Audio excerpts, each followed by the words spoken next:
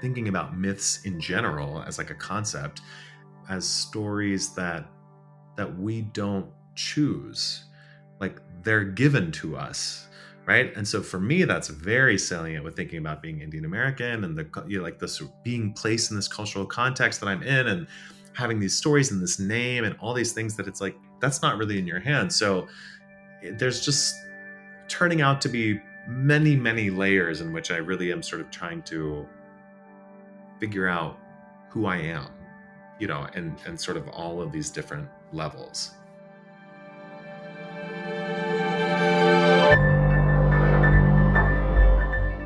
This is Music Maker with Tyler Kline, a podcast from Loose Leaf Transmissions.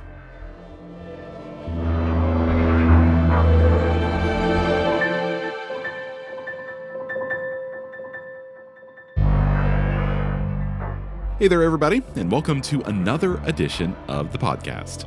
If you are new here, my name is Tyler. I'm a composer, a broadcaster, producer, wear a lot of different hats, and really it just comes down to I love to make things. And I also love talking with other creative people about how they make their work and what drives them to create. And if you have been listening for some time now, well, welcome back. It's always good to have you. Really excited today to be joined by composer, performer, vocalist, producer. He also wears a lot of hats. It's Anuj Bhutani. Anuj is a first-generation Indian American artist whose music lives at the intersection of personal history, narrative, and a fluid mix of musical traditions, from classical and ambient sound worlds to emo and screamo, singer-songwriter textures, hyperpop, and electronics. His work has been performed by Beth Morrison Projects, Mata, the American Composers Orchestra, The Crossing, and many others.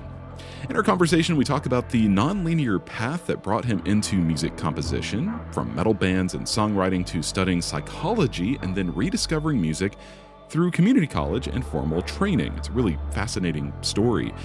We also get into how personal history and cultural identity show up in his work, how curiosity and intuition drive his creative decisions, and how holding multiple musical worlds at once has shaped his voice. And we spend time with his growing interest in storytelling, especially in his project Manu, and how narrative is opening new directions in his practice. It's a really great conversation, and it's coming up in just a moment.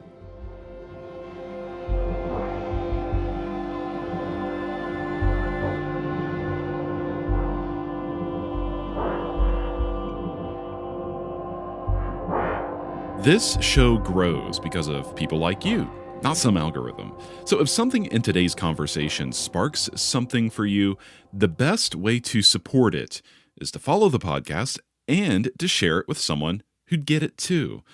You'll find links to subscribe, follow us on Instagram, or support on Patreon, all in the show notes or at looseleaftransmissions.com. Now, on to my conversation with Anuj Bhutani.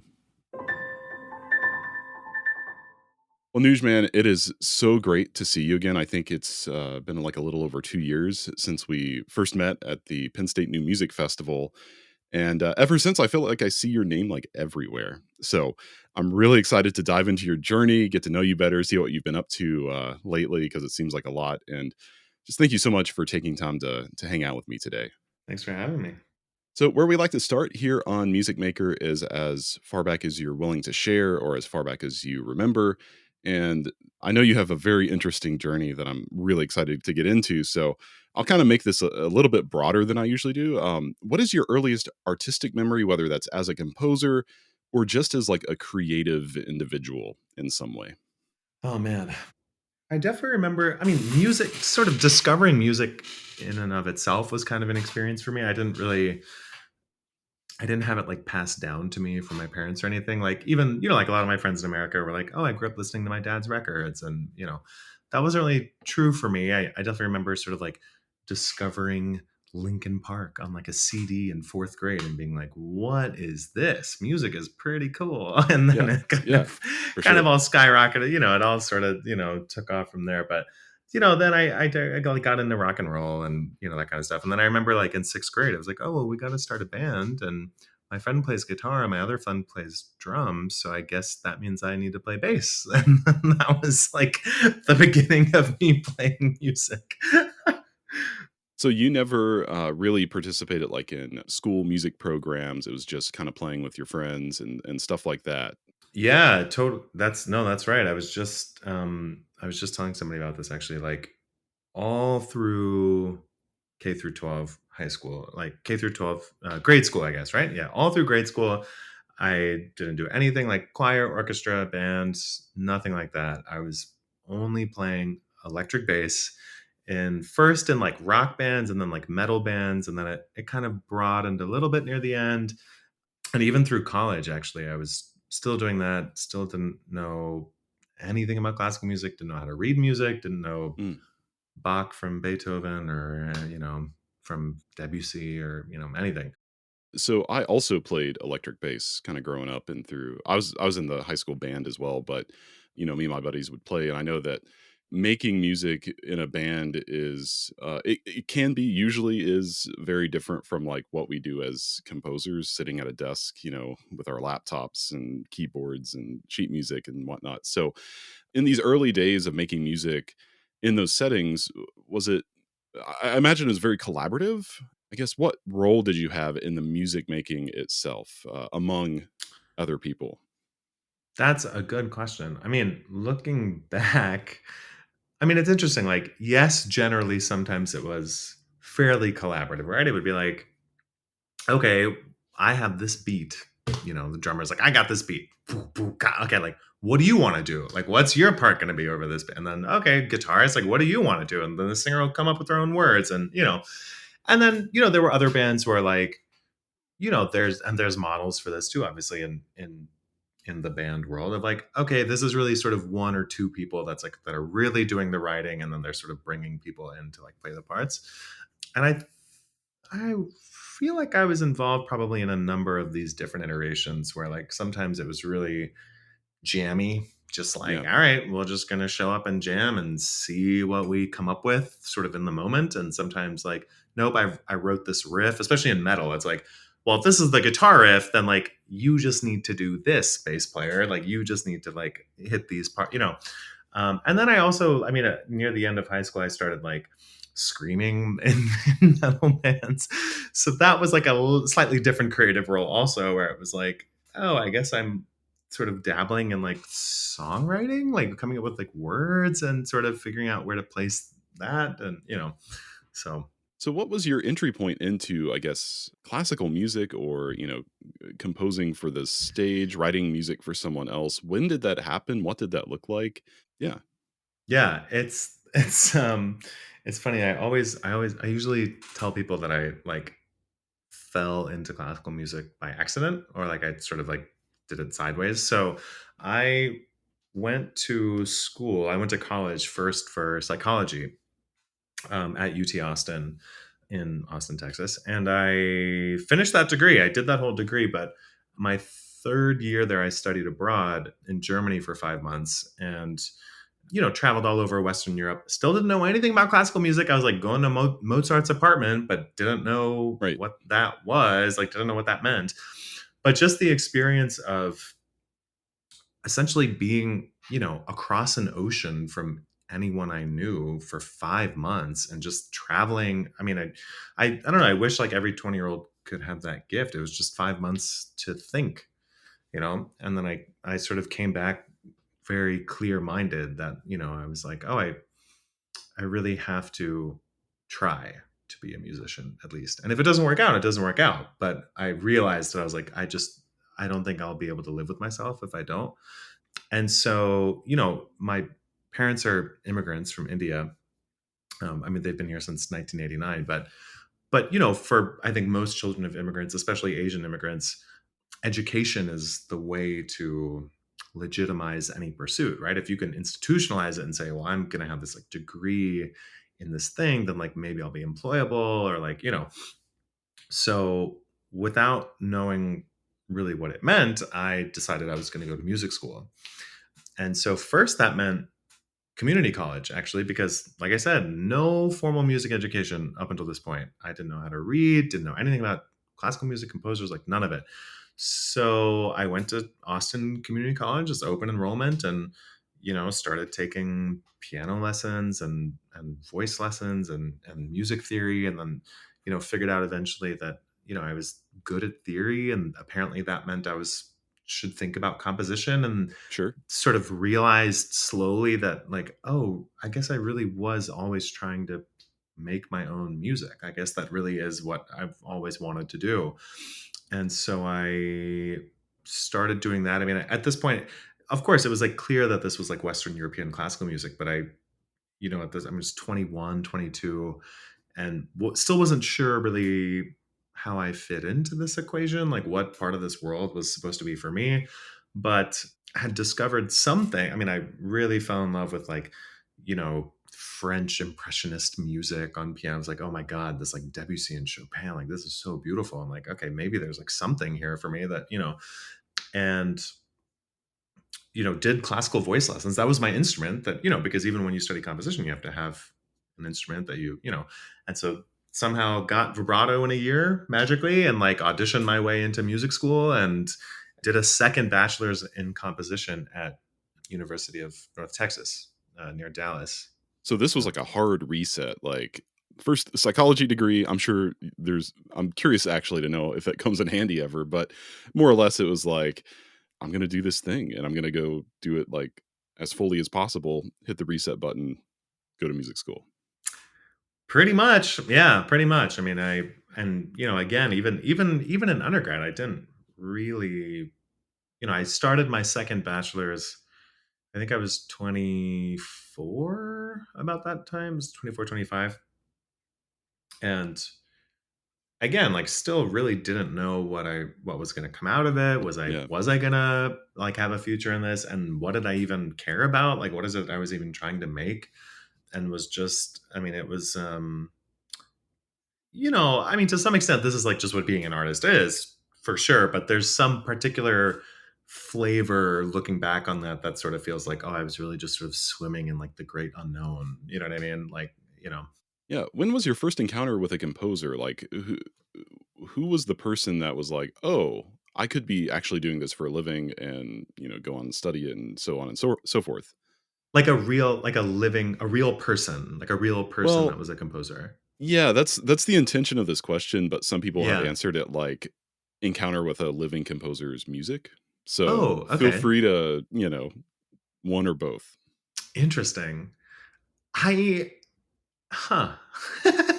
um well, I think like the first thing in classical music, I guess, that started to show me that, like, oh, okay, maybe there is something here to like really latch onto, was, like, I think for many people of our generation, like American minimalism. I was like, oh, music for 18 musicians. Like, what? This is incredible. Like, okay, cool. And then Philip Glass and, like, that whole family tree, right? Like coming down and just tracing those branches like all the way down into like what that scene looks like today, was sort of the first moment where I was like, oh, I guess there are people in this world that are like trying to make work that um, is at least like able to be contextualized in non-classical ways, if not like very explicitly trying Right. to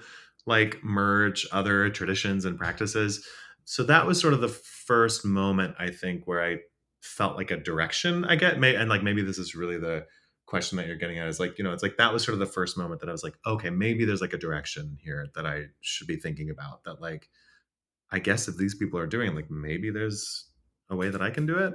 Mm, right. So I guess to follow up now, I mean, who was that first person? In real, yeah, Yeah, okay, yeah. When was the all first right. person in real life now that The first person in real life that I was like, oh, I could be doing this. A lot of the composers that I met in real life, especially in undergrad, were, in academia. And I don't know if that was ever really on the path for me.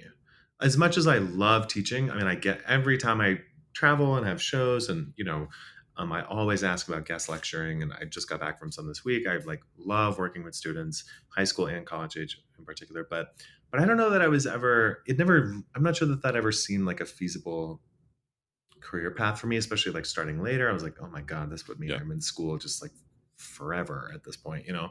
But I feel like the first person that I would have encountered that would have made it feel possible. Is that sort of like the angle Yeah. that we're like, oh, it's like, oh, like maybe this is possible, like to like Sure. be a, you know what I mean? Well, I will say that like my mentor in undergrad, Andrew May, who teaches at University of North Texas, he was the first composer. Actually, even I don't even know that I like have like a real answer to this question of like I saw this person and it was like that's when I knew that I could do it. But Andrew May was the first person I think that looked at me and said, "You're going to be able to do this." And like, I mean, I say, he was the first one who made me sort of start to think, even back then in the great unknown, that he was like, "I'm not worried about you having a career as a composer." Yeah. So I guess that really is probably the real answer. Yeah. Yeah, totally. Again, I find this like super fascinating that you jumped from psychology to being a composer basically. And so I'm wondering like since you made that decision, how have things unfolded? Like can you share an overview, connect the dots more or less of your creative journey since that point, since that decision was made? I mean, did you usually ask, did it follow a more conventional path? I think the answer to that is no. So can you kind of talk about like the unexpected nature of the whole thing? Yeah, totally. Yeah, I mean, so actually, before I even decided on composition, there was sort of like a middle ground in that journey where I thought I was going to be an audio engineer. Okay. Actually, Yeah. so in between these two states, I was like, oh, I'm gonna work in studios, like in recording studios, and like do live sound in Austin, still in Austin. I was just like, that's gonna be my job is I'm gonna like work in the studios and then play in bands because I was actually already working in the music industry. I was like working at like South by Southwest and C3, in the offices, and I was doing internships, and that was really not for me. I found out like that really felt like working in corporate America. And so I was like, boy, I'm trying to be in music. So then the next step was like, oh, I'm going to be an engineer. I'm going to be in the studios by day, and then I'm going to play in bands. And then it sort of turns out like, oh, that's like kind of just as much of a hustle as anything else. Like that's not like a job per se. It's like you're a freelancer and you have to like make your own work, and. Right. And so then we sort of got to like, okay, well then if we have to pick one thing that's a gamble, then we might as well pick the thing we care about the most and like, go with that. So at first, I mean, I still remember I wrote a couple of pieces at community college that were read by, one semester we had a wind quintet read and one semester we had a string quartet read. And, it was very like, it was very like freshman year composition kind of vibes where I was learning just so much stuff about, I don't know, how to notate music even and instruments. I mean, it's really an astonishing amount of information to try and absorb, especially when you haven't like grown up doing this all the time. I'm like, what is a horn? What does a horn do actually? Yeah. Like I don't know. Like okay, so I'm like listening to mute. I'm like listening to composers and trying to figure out like, do I like this? Like, oh, I kind of like this. I don't know why, but like, I guess I like this. Like, it's not a metal song and it's not what I grew up listening to, but okay. And sort of, I mean, I guess kind of copying and coming up with these sort of like very conceptual ideas of like what I thought I wanted my music to do. And that kind of carried into like undergrad. I mean, it just all sort of felt like searching. I was just waiting for something to kind of reveal itself to me as like, oh, this is it. Like this is what you're. And there were moments, I think, I mean, there's definitely, I remember there are a couple of pieces from that time that are not like publicly available, but I remember like at the time, people I was close with, there would be moments in those pieces where they'd be like, that really sounds like you. And I'm like, huh, Yeah. that's interesting. Like, I don't really, okay, huh. Like, I don't really know what that means, but okay. And then, like I was saying, it's like sort of like minimalism and post minimalism and all of that sort of like family tree stuff kind of like sort of split me open a little bit. And I was like, oh, maybe this is the way to like find a voice in classical music that feels good to me. I mean, I think that's really how I was thinking about it. I was like, well, it's like not like I can do any of these other things. I have to figure out how to do something in this space that like, that I like.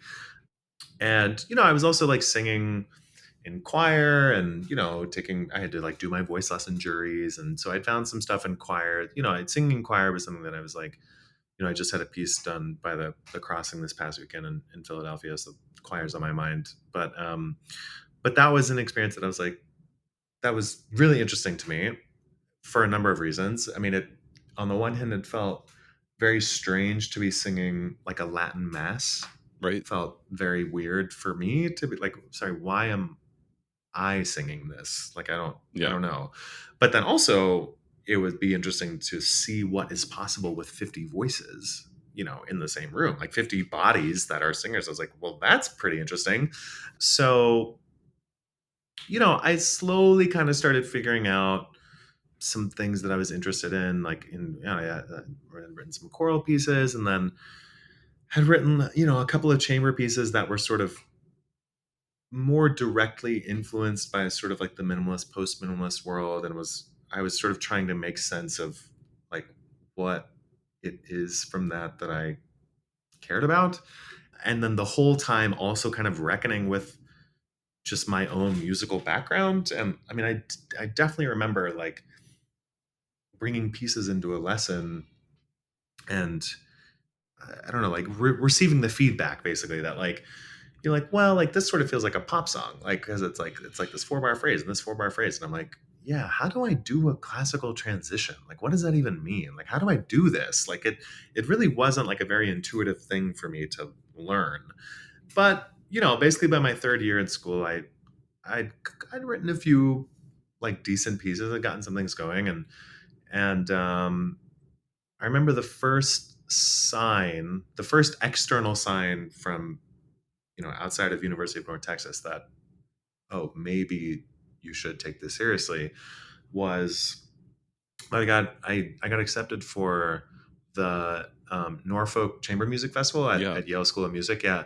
So I mean, I had no resume of any kind. It was just the very beginning of me thinking like, oh, I guess I should apply for things now. And never in a million years would have thought that I would have got accepted, but to anything. And I got plenty, a few other rejections that year too. But that one thing, I mean, and that's Martin Bresnick, who runs that program. And so, I mean, in some ways, that was kind of the first vote to me that like, oh, maybe you should take this seriously. Actually, like maybe you do stand a chance. And that was in February of 2020.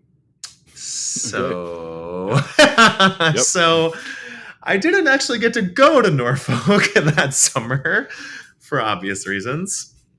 Yeah, but so then we sort of got, we were kind of suspended in the digital COVID sphere. And then things got very interesting actually, because that summer, first I got into Norfolk, which ended up getting canceled.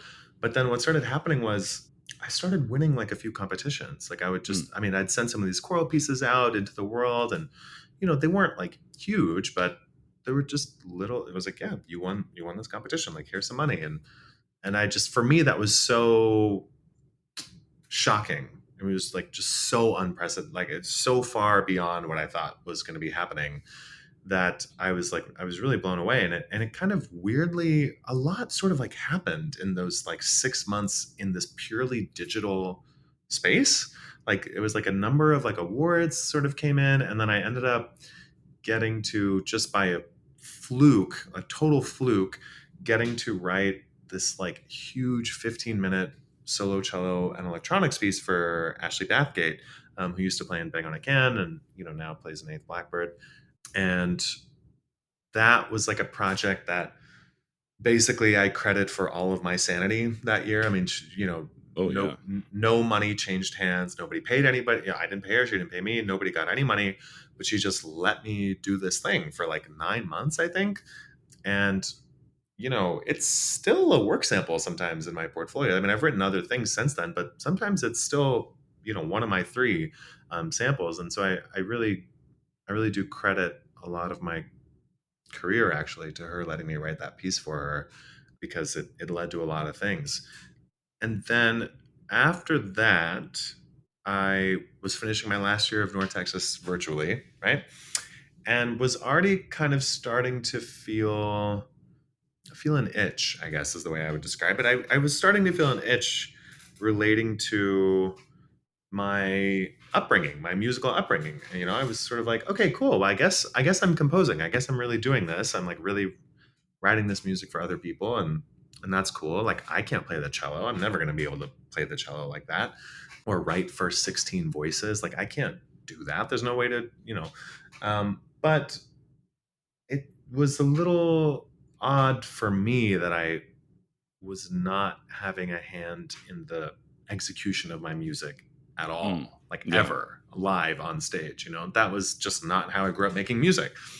So I was kind of messing around with this in the digital space as much as we could. I mean, I was sort of starting to kind of, get at this.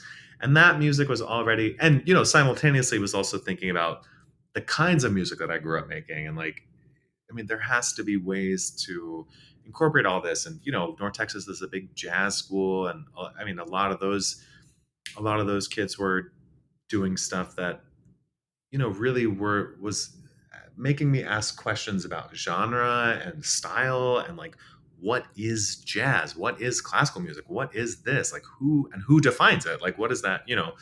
So already sort of things were starting to become a little porous for me, in terms of, you know, what is it that I really want to make?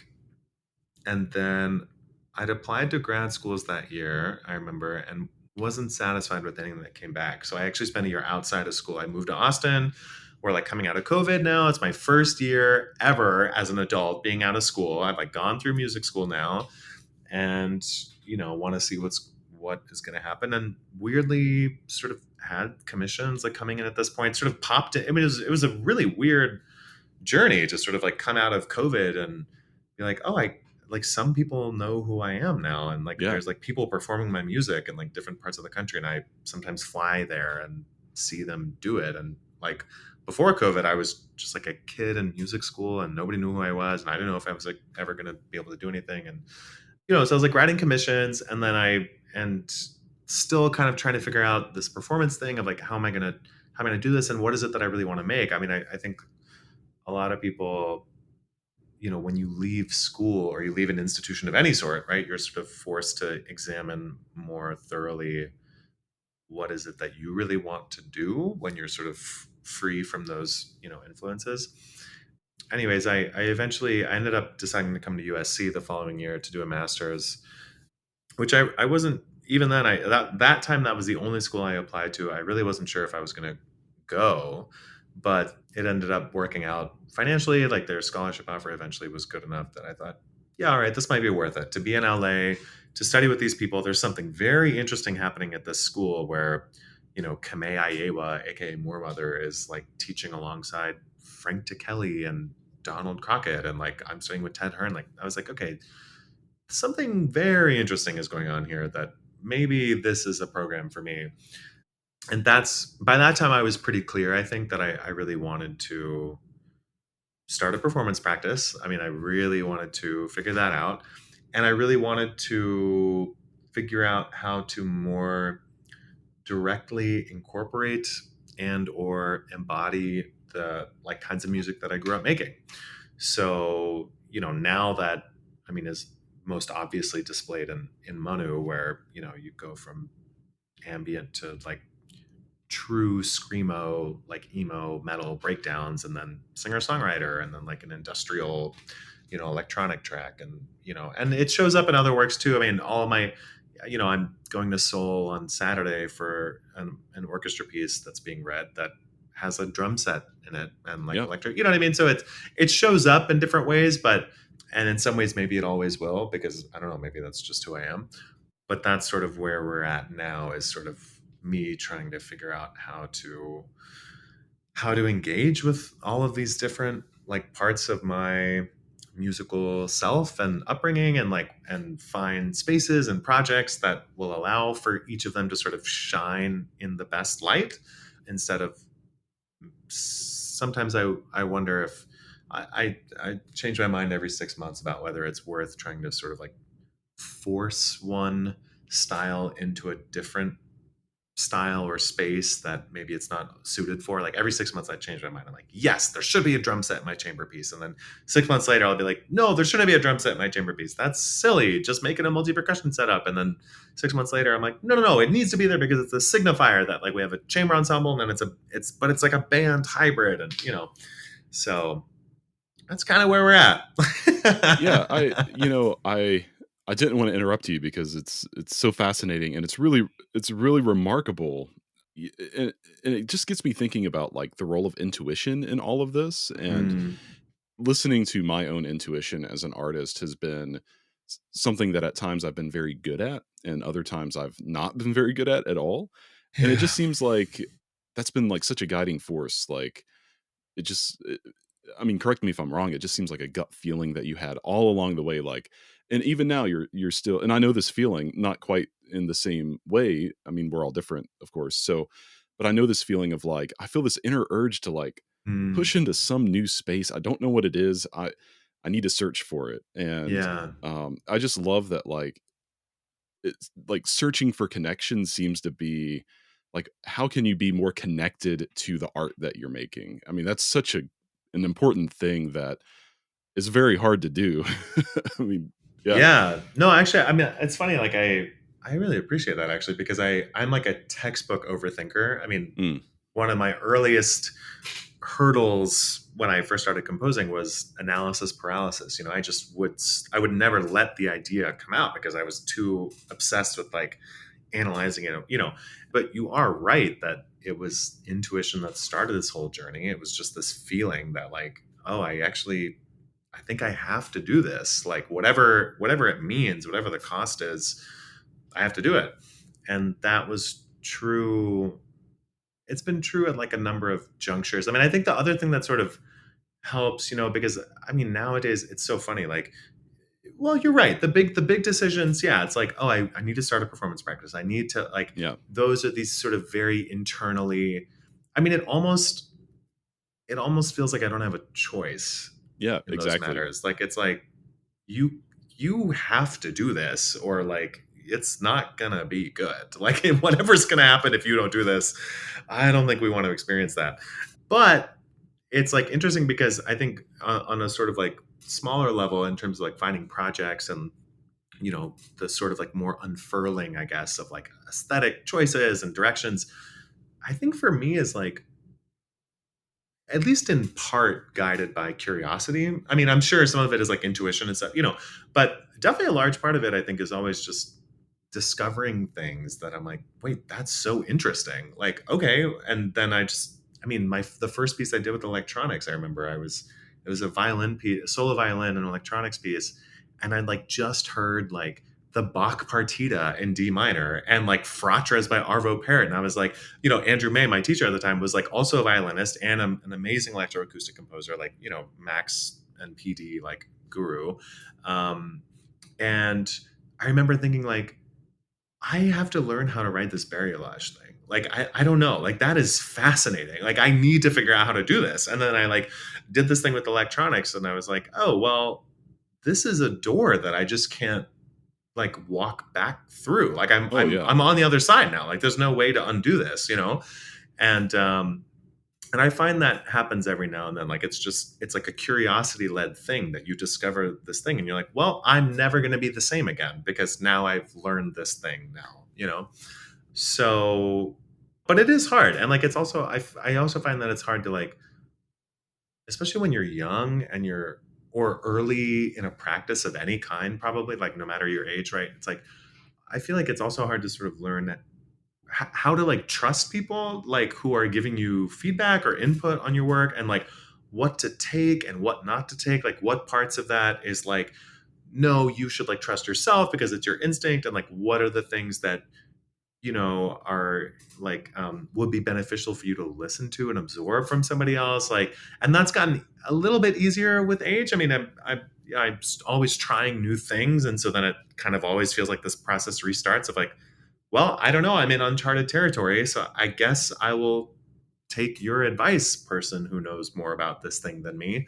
And maybe that's unavoidable to some extent. It's in that, I guess everybody has to decide for themselves, right? How much they want to listen to somebody else versus, trust their inner voice. But yeah, I mean, definitely to connect to the music. I mean, especially in our world, I don't really like, if you're not connected to the what you're making, and maybe who you're making it for is maybe the other, and who you're making it with. Like, Yeah, yeah, I guess that's what it would be for me. It's like, if you're not connected to what you're making, who you're making it for, or who you're making it with, then I'm not totally sure why, like, what the point of doing this is. Like, I don't think you're going to get rich. So, like, I right. don't, I Yeah, don't for know. sure. Like it, like if you're not going to get rich and you're not connected to it, then maybe Yeah, it's time to reconsider, right? Like, yeah, for sure. so So you might have already answered this. I think maybe, it's but possible. I'll ask you anyway. What was the defining moment when you knew that you either wanted to or could pursue this craft as a career? I'm guessing maybe the Ashley Bathgate piece, but maybe not. I yeah, I don't even know. It's like funny, like, do I even know that now? I don't know. Like, it's an interesting question. Like, I mean, it's a hustle. I mean, I definitely have like 6 or 7 income streams. Like, things are Yeah, just yeah, coming yeah, from where, and that equation might in a year might look totally different. But yeah, I mean, I guess that year, like coming out of writing On Letting Go, which is the piece I wrote for Ashley, and when that sort of started getting some recognition, and honestly, again, it was more like mentors, people in the field that were just telling me to I mean, they didn't say it this way, but the message basically was to like have faith. Like, they didn't use those words, but it's like this thing where it's like, well, I can't see it, but apparently you can see it. Like, you're in these positions and you're telling me that I think you got this, and I'm sort of on the other side, like, I don't know, like, do I, like, I mean, I get, like, it's not like nothing is happening, but like, it's pretty hard and there's not much to go around. And like, even the big award, even now, literally right now, right? It's like the big awards are disappearing or hmm they're shrinking, and there's few, I mean, it's not getting any easier. So it's kind of still, it's a continual algebra, I guess. you yeah, know yeah. I feel that. I appreciate it. as somebody without like an academic job, right? I mean, I guess if there are routes, I guess, right, where it's Yeah, like, okay, great, we have tenure and health insurance and everything's great, and you know what I mean. And but for freelancers, I mean, it's like, I'm a composer, I'm a performer, I teach a small private piano studio, I'm now the executive and artistic director of Synchromy. Like, I take odd composing jobs, like I do reductions for people. I'm like scoring a short film right now. It's like, there's no shortage of things that are being done for money. But I'm very grateful, of course, that that's true, and that all this is happening. So, anyways. yeah, totally. So, uh, this nonlinear path that you've had into composition, playing in bands, studying psychology, and then you dove feet first into the deep end into composition. I mean, looking back, what do you think those detours, even if they can even be called that? Again, Mm. it sounds like you were just riding the waves of your intuition. I mean, but what have those changes, I guess, taught you that formal training maybe never could?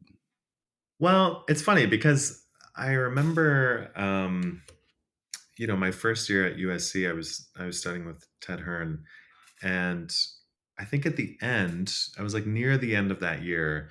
I mean, because I feel like it takes some time for you and a teacher of any kind to sort of get to know each other.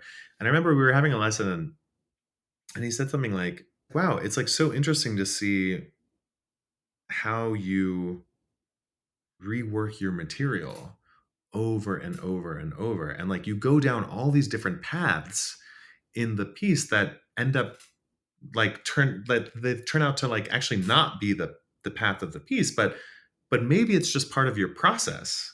Yeah. And I was like, that's so interesting because it certainly feels that way, like on a sort of micro and macro level. Like it sort of seems like, oh, that kind of is the thing, is like just going down these little paths and then being like, oh, I guess it's not that. Like oh, and I guess it's not that either. Like, oh, it's this one. Okay, this is what it is, right? And so that's where, for me, I don't know that it's not necessarily something that formal training could teach you, but maybe it's not talked about as much. But just, this idea again of just like, what are you interested in? Like, what is just driving your curiosity? And like, I don't know, I guess if you're not a curious person, I don't know what to say, but if you have like a curious sort of inclination, I think that's like really important actually to just, and then I think also another thing from a teacher, from Andrew May, actually, I remember when I was really not sure about grad school, I was like very torn about, I don't know, should I go? Should I not? Like, how do I do this? And another very important lesson I remember was, he said, well, it's your right as a human being to gather the evidence, form a hypothesis, and then test that hypothesis. And that was kind of an eye-opening moment for me of like, oh, I guess that's really all anyone can do. Yeah. Just like in life, right? It's like, no, we don't know anything for certain. We're just all making our best guess, Yep. So what was your question? I mean, I think it was, what has your path taught you, I guess, about composition that, Right. Yes. that otherwise you wouldn't have learned. And to me, it sounds like your process as an artist somehow reflects your path, which is maybe the first time anyone's like kind of explicitly connected them in that way, which is really cool. I think that I mean, it's fine. I'm actually like weirdly of the camp. Maybe it's not weird. I don't know. I actually really I think I believe this. I think I believe that like if you look at something you made, you can see your life in it somehow. I mean, you have to find it, but like I think it's there. Whether even if it's like I've looked at like abstract instrumental, whatever you want to call them, like non-narrative, abstract instrumental pieces of mine. And if I look at it like hard enough, I'm like, oh yeah, I see why I'm doing this transition Yeah. here.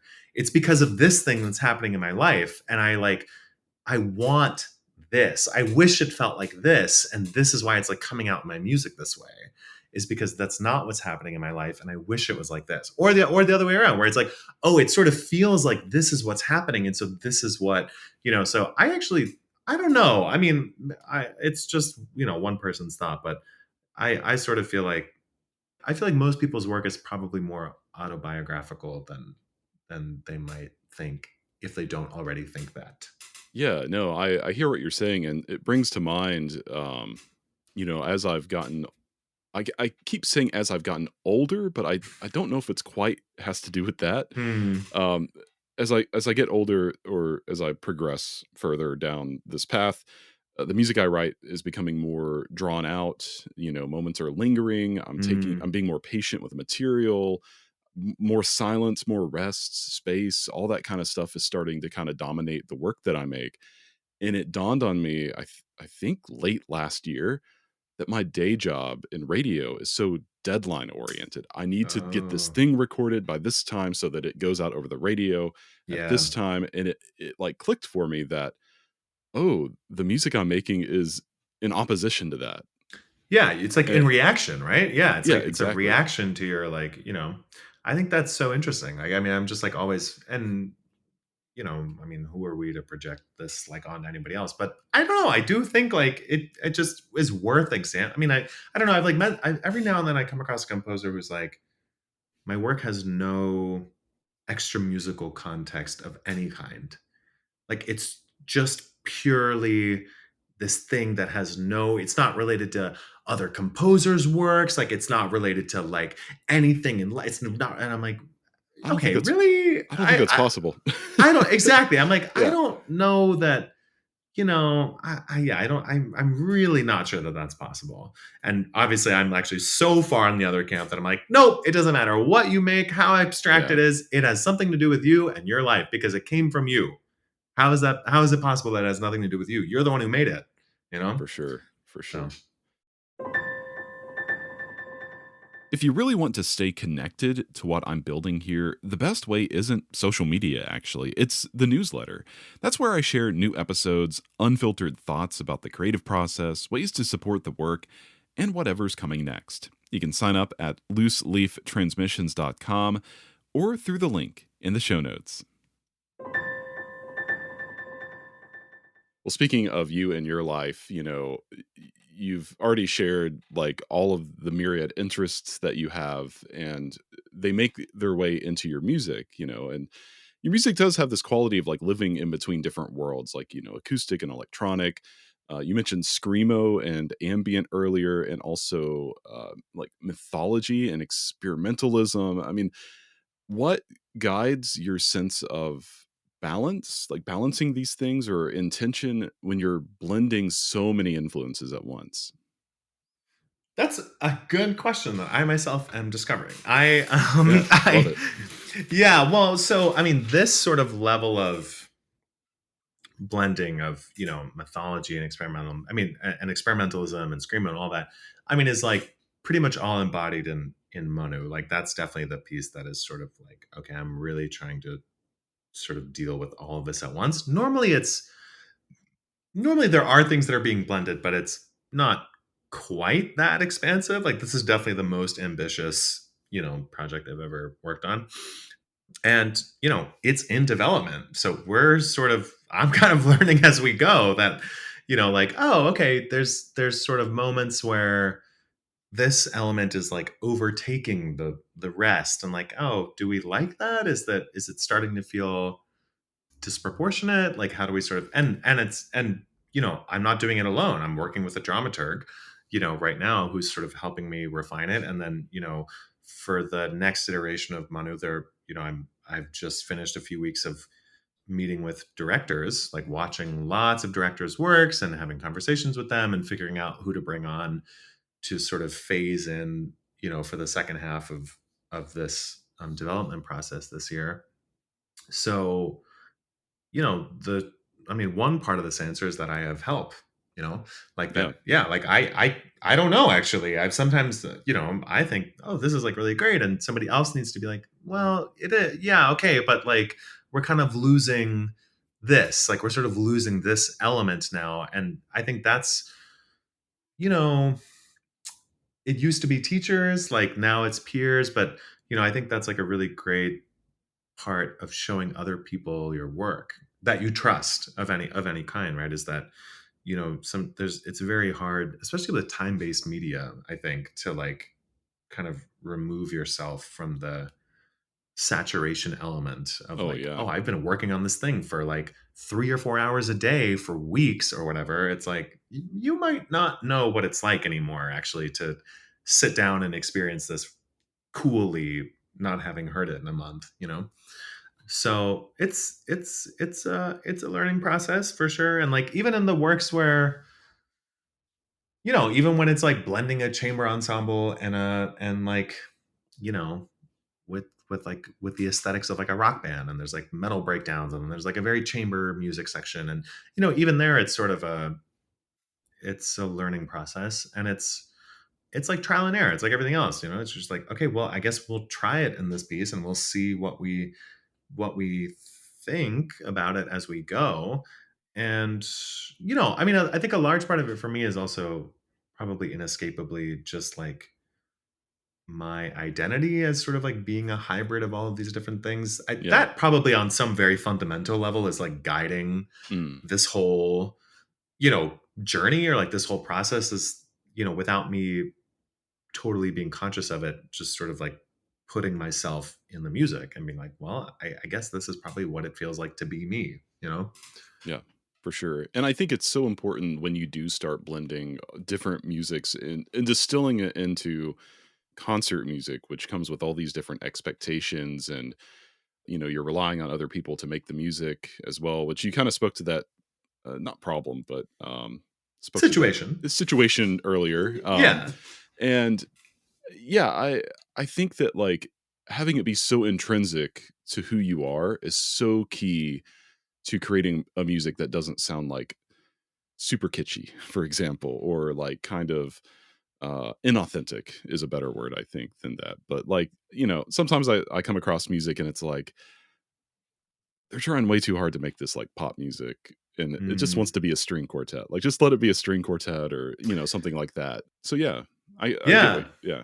No, I mean, this comes up for me all the time where it's like, I mean, yeah, I hope, I don't know, I definitely feel like I'm just trying to find what is like the truest music. That's like Mm, this sort of language has been coming up a lot lately, actually, in conversation. Like, what is like the truest form of like music that I can make, yeah. and in some ways that means figuring out like the truest version of myself, like who am I really then, and like, it's, you sort of have to have one to figure out the other.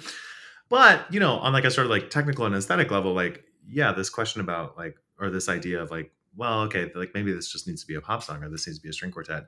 That's why I'm always changing my mind. That's why, like, that's why Yeah, every yeah. 6 months I'm like, I don't know, actually, maybe, like, should we just, like, maybe I'm not going to ask the string quartet to like do a, like, try and be like a metal band. Maybe we should just write them like a string quartet, and we should do this other thing over here. And then, 6 months later, I change my mind again. I'm like, well, okay, but they could do something. Like, we can bring them a little closer together, right? And so I think I actually, a student asked me about this very recently, after a show. He basically pitched the same thing, and he was like, well, how do you know? Like, how do you know?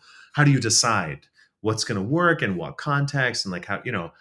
And so I just told him this whole spiel that I just gave you, and then, but basically my answer for him was, as long as you like it, like, then kind of you'll learn as you go, but like, use that as your compass. Like, do you like it? Hmm. Yeah. Because, that's maybe the most important thing, right? Yep. So, Totally. I want to touch on Manu a little bit. You've already talked a lot about this, and I want to dig deeper. And, this is a project of yours that connects Hindu mythology with your own lived experience. You're describing, all these different shifts in character musically within this piece. I mean, what have you discovered about yourself, or even just about like storytelling in general, through the process of building this piece? wow, yeah, that's a good question.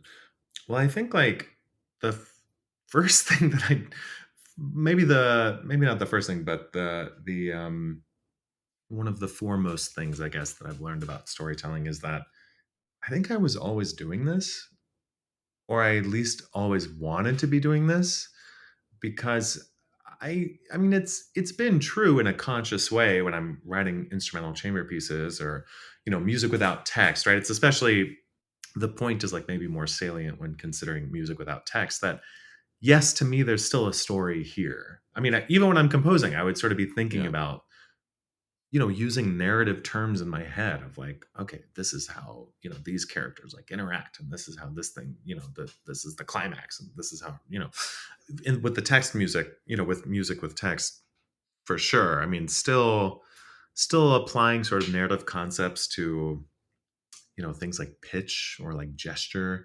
But even when I first started Monu, there wasn't really a narrative per se. It was, Yeah.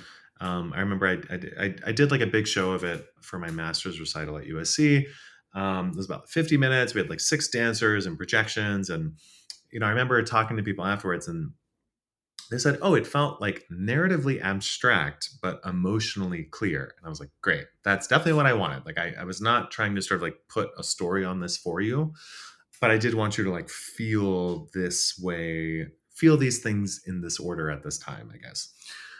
And now, fast forward to, working on it for Beth Morrison Projects for the second round of the next gen competition, and now working with a dramaturg and actually sort of identifying like, real narratives, like a real story from Hindu mythology and a real story from my own life to sort of like put into this thing. in some ways, like it's weird because it's like it's not where I expected to go in some ways, but as we've sort of gone into it, I mean, it's been a few months now of fleshing this out, and there's a strange sort of relief actually that I've like been feeling of like, oh, I see. Like this kind of maybe is what I was like always working towards, just without knowing it. That like, oh, I guess I always was really interested in just telling stories, like, and I sometimes that means, scoring a film and that's telling a story too. But this is a very interesting situation where I'm composer and performer and, librettist and subject. And, it's like, it's a very unique storytelling situation. And I'm sure we're going to learn a lot more about storytelling this year when we, show up in May and do the first workshop of it with the director. And I'm sure we're going to keep learning. But yeah, the main thing I've learned for sure is that, oh, I am really interested in this. I am really, really interested in storytelling. And in some ways, it feels like, duh, of course. I'm just curious about the Hindu mythology component of all this. Is this, stories that you grew up with, or is it something you've been connecting with or reconnecting with in some way as an adult? Because I have friends who have different backgrounds who they kind of, growing up in America, being different, they don't want to show that part of themselves, and they have to reconnect with it later in life and draw a more meaningful connection to it. Is it like that, or is this just something that has always been present in your life and now it's manifesting in this work in this way? So it's interesting. I mean, yeah, definitely. I grew up sort of like assimilating, like just like rejected basically everything Indian, didn't eat Indian food. Like, my parents tried like to take me to Hindi lessons and like the equivalent of like Sunday school, for Hinduism. And, I did it because I was required to, but basically disengaged and, was like playing in rock bands, right? I was like, I'm going to fit in with, and so it's interesting. I mean, I sort of started re-engaging, I guess, with like Indian culture through music, incidentally, at University of North Texas in a class.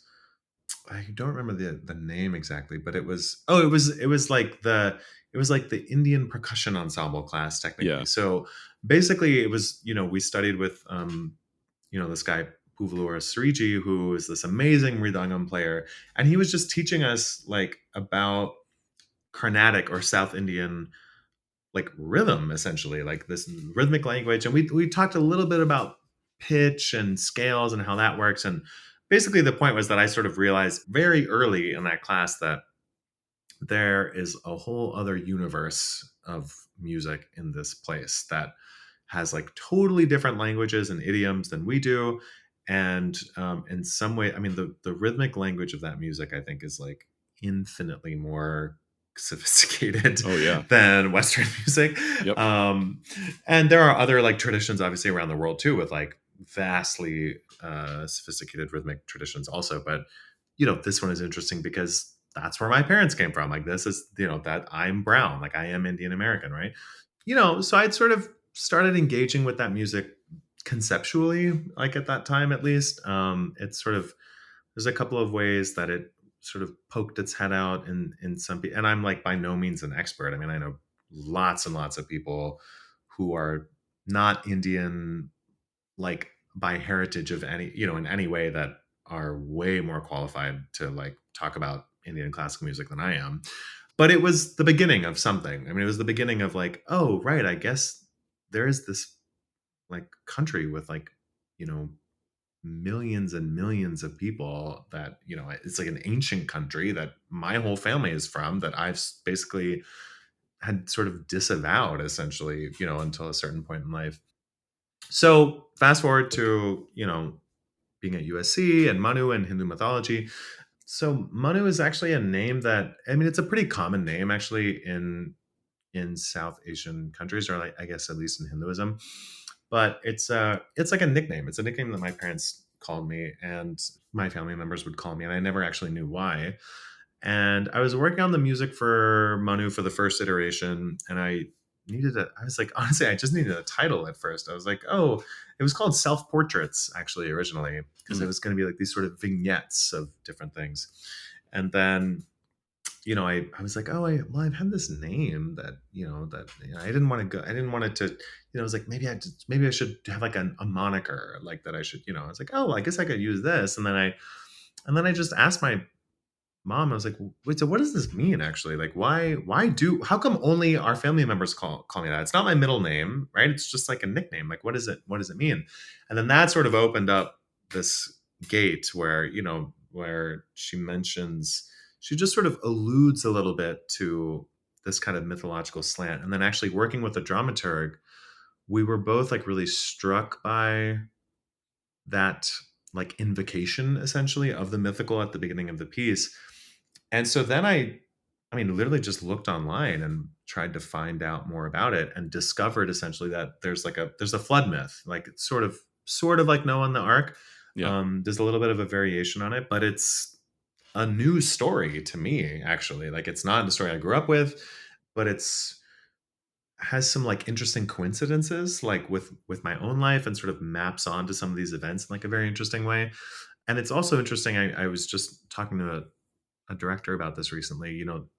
Thinking about myths in general as like a concept, as stories that we don't choose, like they're given to us, right? And so for me that's very salient with thinking about being Indian American and like this being placed in this cultural context that I'm in, and having these stories and this name and all these things, that it's like that's not really in your hands. So there's just turning out to be many, many layers in which I really am sort of trying to figure out who I am, and sort of all of these different levels. Yeah. Yeah, that's really beautiful and very fascinating too. I love it. So one of the questions that I ask everybody is, what would you describe as the primary pillars of your creative practice? And usually folks have more or less answered this by now, so I want, just asking you more directly. And this could be like philosophies, process, aesthetics, style, anything of that nature. I guess the primary pillar would be sitting down every day and doing the work. I mean, that's the main one for sure. I used to when I was in undergrad, I started meditating. I started just using like Headspace, and I became pretty ritualistic about it actually, because I found that if I left the house without having composed, that I was pretty anxious. Yeah. I discovered that basically all day I would just be waiting, like, or worried actually, like, when am I going to get to compose? Because that is what I'm here to do. That's the most important thing, that I'm like, have reset my whole life, to do this, like, and then I also sort of coupled that with the idea that, and it's well documented, obviously, but like, there are, everybody's body and biological clocks are different, but like, I think most of us have time periods in the day that we're like sort of primed to do certain kinds Yes. of work, like more than others, Yeah. and so for me, that coincidentally also happens to be morning. Like I get most of my like deepest creative work happens in the morning. I mean, my life now is such that like, yeah, sometimes I have to work in the afternoon, I have to work in the evening, I have to, but I almost always try to keep the like hardest, deepest creative stuff for the morning. So in undergrad, this became like waking up, meditating, for 10 to 20 minutes, just like using Headspace, and then going straight into composing until, for however long I could. Someday, if I had class, great, I'd have to leave in an hour. If I didn't, I'd go for as long as I could, until lunch or whatever. And that's still how I try to do it, actually, most of the time. Like I still wake up, first thing I do is compose until some obligation or lunch runs into it. And that's honestly maybe the biggest, like, hardest part, is just like, if you're going to do it professionally, like sitting down and doing it every day, whether you want to or Oh not, yeah. is very hard sometimes, So that's probably the primary, but, and then like curiosity and like following all the things you're interested in, and, and for me, of course, the kinds of music that I grew up making, and what I'm interested in, and wanting to collaborate with, the people that I want to work with. I love this idea of like paying attention to yourself in a way to know like when you are best primed to do something. I think about that a lot with all the different work that I do, where Mm, like I notice that there's just these ebbs and flows throughout the day where, if I wake up at the right time, I can like get like so much done in an hour, hour and a half. That's like only clerical work, like all my administrative tasks that I need to do. And then, eat a late breakfast and then do all my radio stuff. Like late morning is usually like if I wait too long, it doesn't feel good. Like I'm forcing it a little bit. And then I'm still trying to find the balance currently with composing. But yeah, yeah. it's like I think like listening to your body in such a way, and not. I was talking to one composer somewhat recently, and I've mentioned this on the podcast before, and she was like, "When do you find time to compose?" And it's like, "Well, I like to compose in the mornings, or usually the Mm, weekends. I can't do evenings; like I'm brain dead by then." And she's yeah. like a composer who's not a night owl, like what? And it's Wow. like, yeah, we're all different. Like we got to listen to ourselves and know like when to go, know the Yeah. flow and all that stuff. No, I'm like, it's definitely like usually by 8 p.m. I'm like, I'm done, right? I think I'm done for the day, But yeah, same. I mean, it's like, oh my God, when I wake up early and I can like, I mean, for me, it's because I love being on email. I just like, I'm too eager to like jump into my email. And so what's really great for me is like when I wake up early and I'm like, oh, great. Well, there's like nothing here for you to look at. Nobody's sending you anything yet. So just jump into the work. Like you can just live here for like a long time and nobody's going to be demanding you.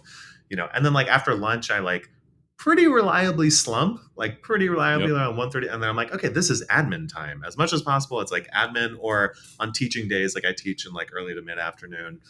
And then like, yeah, sometimes in the evening I get a second wind. But I remember I did tell, like, I was like talking to a friend about this in undergrad, and he was like, "Yeah, I think he was sort of the same. He was like, "Wow, like I think that's so interesting. Like I think you're right. Like I always feel, more primed to do work at night." And he essentially like became nocturnal because he would just like he was like, "Oh my God, I just get all my best work done between like Yeah. midnight and 6 a.m. in the library, and I can just like, Yep. I was like, okay, like whatever works. Yeah. So if you can make it work for your life, right, then great.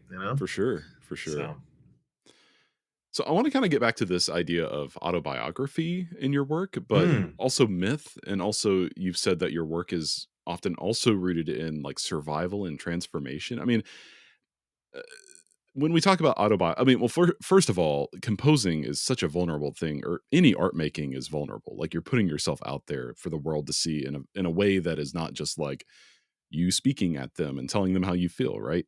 And yeah. so, how do you decide when, like, a personal experience, something that's like happened in your life, is ready to become material, like actual musical material, whether that's for this piece, Manu, or, and again, like as you said earlier, it happens in all of our music, right? In one way or another. So I'm just curious about this.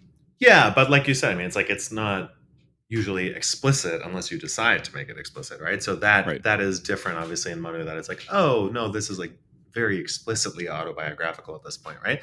I mean, and it's being, we're sort of taking some dramatic liberties, for the sake of the story, but it's like all at least grounded in sort of a real experience. And so that's an interesting question because in some ways, like I don't know that I so much decided that it was time as much as it sort of turned out that like, oh, isn't that weird? Like how that story like matches this story in the like Yeah. Hindu myth, that like, isn't that so weird? Like there's like just like this weird like a weird number of coincidences that, when it was this was like early dramaturg conversations where, so the sort of like real life element of like Manu was like getting sent to like a, what they're called, like troubled teen institutes, I think is like the sort of most like cogent way of like talking about them, but like um and called Red River Academy. And so it was like, so basically I like, I like got sent to this school when I was like a freshman in high school for like 11 months for the first time, and then another 2 months, so 13 months total. And so the idea of like, and Manu in the myth is somebody who he like to use the terms of the myth, like goes to the forest like to do rigid and severe penance for 10,000 years, and then this fish appears in the river, and this fish is like, it's a very small fish, and he's like, please save me from the bigger fish, like they're gonna eat me, like, because that's the way it works. So then he basically starts taking care of this fish, and it grows bigger and bigger and bigger, and finally, you know, he reveals himself to be Lord Brahma, like God, basically, and warns him that there's a flood. And then so then he says, okay, build the ark, and then he tows the ark to the top of the Himalayas and like saves him, and that's the flood myth, essentially. And so as we sort of were like looking at like my experience like at Red River and like this myth, we were sort of like, there's like something very interesting here. Like there's just like a lot of like really interesting parallels, like thematically, narratively, like, and so it was sort of a like cart before the horse situation, I think, in deciding it was time, where it was like, well, I guess this is what the work is. And then sort of warming up to the idea that like, oh, I guess we're gonna like talk about this. Like, I guess we're doing this. I mean, you're making work about it, and you're gonna perform it in front of people. So I don't know. Like, I don't know if there's like a way for, and I don't even know if this is really what you're asking. Like, I don't even know if you're asking like, is there a way for people or things to think about? You know what I mean? Like, I don't know that there is a way to decide like if it's time or not. It's like, I mean, for me, it's one of those things where like, I don't know, every now and then these things, there's like a weird number of coincidences that happen that for me generally tend to be signs that like, yeah, you should probably do this. Like when there's that many things that just unconsciously, in the music from like 2 years ago are like lining up with some of these things, I'm like, I think that means that's what this is supposed to be, and that's what we want, right? At least that's what I want. I want it to be the truest version of itself, So I guess like when I imagine this question, it's like something happens in our lives, and it's like, okay, all kinds of things are always happening in our lives, obviously, and so Sure. What tells you like when, okay, this is something worth making music about? But I think what I'm hearing is you, and I think we as artists in general, and certainly myself too, I've been thinking about this a lot lately. It's like it just happens on its own. Yeah, I mean, I guess now that I can think about other pieces too, and sort of that I sort of feel are even abstractly maybe tied to like real life events, like, I mean, Ashley's piece, the cello piece on Letting Go, I mean, I wrote mostly during COVID, like that was like mostly written over those 9 months. I'd like moved home, was massively depressed, was sick at the time and didn't know it, and had gone through like a really messy breakup like that summer of COVID. And it's like, Yeah. I mean, the piece is called On Letting Go, but there's not any more information than that about like what it's about. Hopefully, my hope obviously in that piece is that you like feel you get to let go. You sort of like go on this journey that by the end of it, you feel some sort of like catharsis, or, but in terms of, I think it's an interesting question or it's an interesting thing to think about, like, how much do you share about like your story? You know what I mean? Like, because I've introduced that piece, I've had to introduce it live, and that's not in the program notes, and there's no text, there's nothing that, so I think it is an interesting question to sort of decide like, how much do you want to tell the audience about your life and how much it relates to the piece. And I don't know, I think it's an interesting thing. And it's an interesting thing because I used to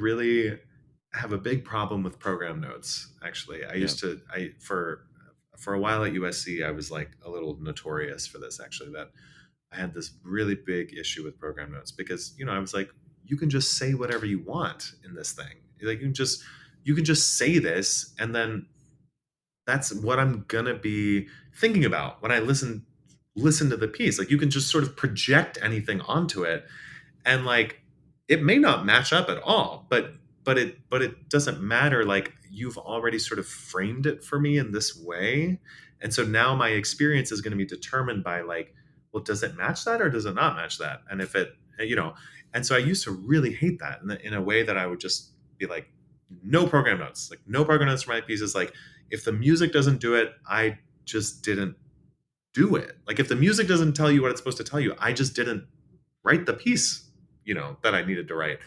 And so to get back to this question of like, well, how much do you share or not? That's sort of where it becomes like a little more. I mean, I've since changed course, about I've softened my stance a little bit on Yeah. program notes.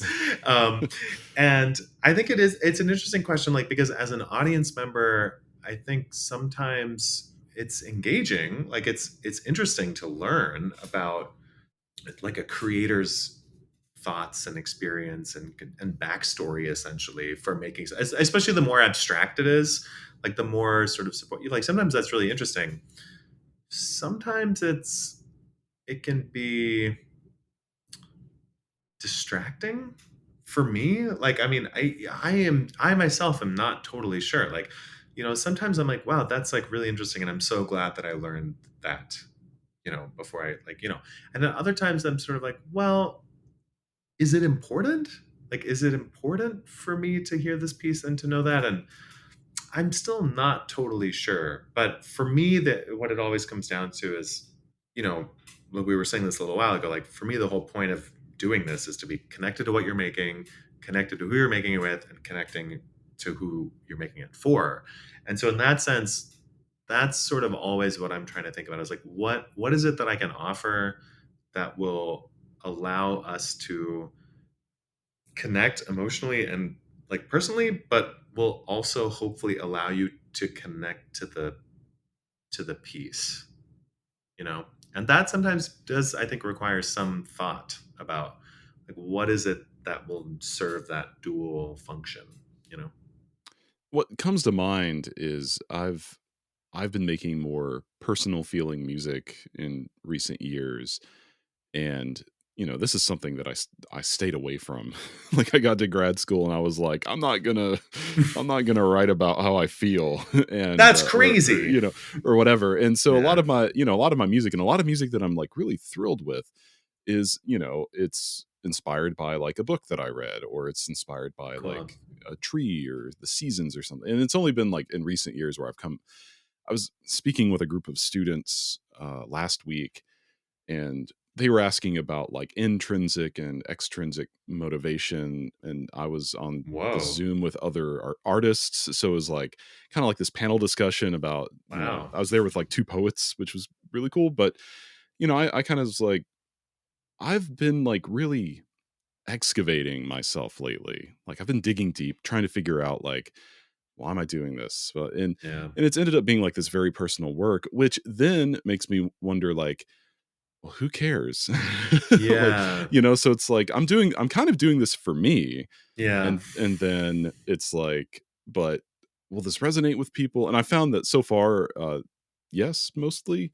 And I read all the time, and I've read books that have like nothing to do with anything in my life, and they resonate strongly. So of Yeah. course, like, and so I'm wondering like how you feel about this tension. You're making art about yourself, and I think probably for yourself in the same way that I am, different ways too. But then also like, obviously you want to connect with whoever's listening to it. So how do you balance that? Yeah, it's like, why are you putting this in front of people? Right, Right? Like exactly. if it's you know what I mean? Yeah, I think that's been on my mind for, I mean, another, you know, important lesson that I had with Andrew May during undergrad. I mean, I studied with him for I think at least 2 years cumulatively, maybe more. And I remember we talked about this, like, he made me he asked me this years ago now that it was like, or at least raised this question of like, to think about like, well, when you make something, like, is it just for you, or is there some reason that other people should hear it? And like, it's like both are fine. Like, it's obviously great to make some, like, it's totally possible and great to make something that maybe actually is just for you and nobody else needs to experience it, right? And so I think that is, I still think about that all the time. Actually, even during COVID, I think especially as artists and musicians, like I think a lot of us were forced to examine very brutally, like, Oh yeah. why are you doing Yeah. this? Like, and both my parents are doctors, so that was rough. That was a pretty rough internal process. Not because they were putting any pressure on me or anything, but just looking at the state of the world, like, wow, I mean, what do I even have to like offer here? To like everything is so terrible, and that actually kind of ended up clarifying some things for me about like why I'm making music. And I encourage students to do this all the time too. Like when I'm speaking with undergrads and stuff, I'm always encouraging them to like try to answer this question of like, why are you doing this? Because the sooner you know, the better choices you'll be able to make to sort of get you to where you want to go. Because there's lots of reasons to make music, I think, or to do anything. And your reasons are probably different than my reasons, and that means we should probably be looking for some different opportunities. And anyways, so in this case, like, okay, I'm making work that happens to be about myself, in this case. And like, sure, there's definitely a very intense, like personal and like, you know, emotional and like hopefully cathartic sort of like, end results like at the end of it. But I think like in general, the idea, there's a few reasons I think that like I decide to put music of any kind in front of other people, right? And like, one of them is that I think, as you mentioned earlier, right? Like this is a very vulnerable thing to do, like to make anything of any kind to and put it in front of strangers or maybe even people that is a vulnerable thing to do. And I think just that act is important to like for humanity. Like I think it's like important for people to like show other people that it's okay to be vulnerable. That I think, I mean, especially now, maybe now more than ever, like that is like very important. I also think like in terms of, I mean, music, it's like the work itself. I mean, I think it's really, I don't know. I just think about the times when like, sometimes somebody's come up to me after a show and said like, I've never seen anything like that before. And I think that is such a beautiful gift. Like you're telling me that I have just like widened your range of like possible experience. Like Right. you are going to like leave here now like being like, "Oh, there's something else possible that I didn't know was possible." That's crazy. Like that's so cool. So that is like very meaningful to me and I think is like worth, contributing like to society. And then of course like as somebody who's, I mean, hopefully there's, an emotional component and that sort of like otherworldly. I mean, there's that thing that like music is so good at, right? That's like ephemeral and sort of hard to name, but is like emotional and sort of does something to you on this like internal emotional level that is like very hard to describe. That maybe is like the most rare, like or unique part of music making at all. That I think like what an honor to be able to do that. And like I mean I used to say like I think for me the point of doing this is to like be in community, of course, but like also to like essentially just help people through these different things. And like I think this makes a world a better place, and like hopefully this is helping people. And like if I ever sort of got to the point where I thought that it wasn't, then maybe I would do something else. I mean, if, because I'm sort of feel clear on that direction, that is really helpful actually in just sort of deciding like what artistic paths to consider like moving forward. Tyler here, and if you're enjoying this episode of Music Maker, well, just know that I've got a short form show called Micro Maker. Think of it as a distilled version of these conversations focused on powerful insights that you can listen to anytime. New episodes twice a week, Tuesdays and Fridays. Give it a follow. So, another question that I ask everybody, and this kind of gets down to inspiration. Is there a piece of music, a film, a book, a piece of art of any kind, basically an artistic artifact? And you can name more than one, by the way. Some people only name one. I'm like, you can keep going if you want.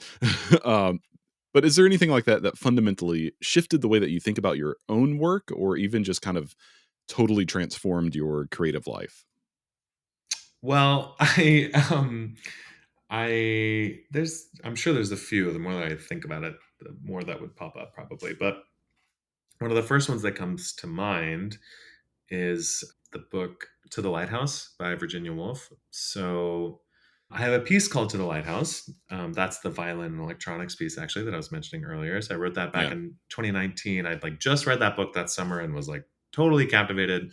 My highest recommendation to anyone listening, if you haven't read it yet, to go check it out. I won't spoil it. But that book had a big impact on me, and I just sort of dived into everything Virginia Woolf I could find after that. Just the way that, you know, she handled time, like narrative time, and also this sort of like the stream of consciousness and, reading these like inner characters' thoughts. And, there's a character in that book that is sort of a proxy for her, like for Virginia herself. And she's sort of like going through this, like, actually, kind of what we were just talking about. She's kind of going through her own crisis of like, what is the point of making art?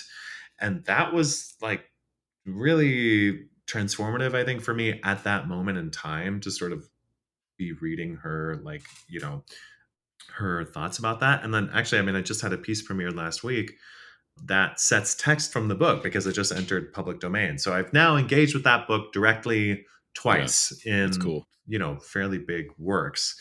So clearly it had an impact, on what I was thinking. And actually also like, kind of like what you were saying about you sort of turning inwards, like making music, like about how you feel. Like, I think that sort of played a role in that because that's the whole book is just like internal feelings for the most part. I mean, and I was like, whoa, wait, I guess if you can do this, then like, why can't I do this? Because I apparently am really interested in feelings. So that had a huge impact for sure. And then other sort of formative, I mean, it's funny, like, Manu sort of like cuts it, like has all these like different styles and like genres that are all things that I've participated in to varying extents. And there's this sort of like big multicultural, like, aspect to it.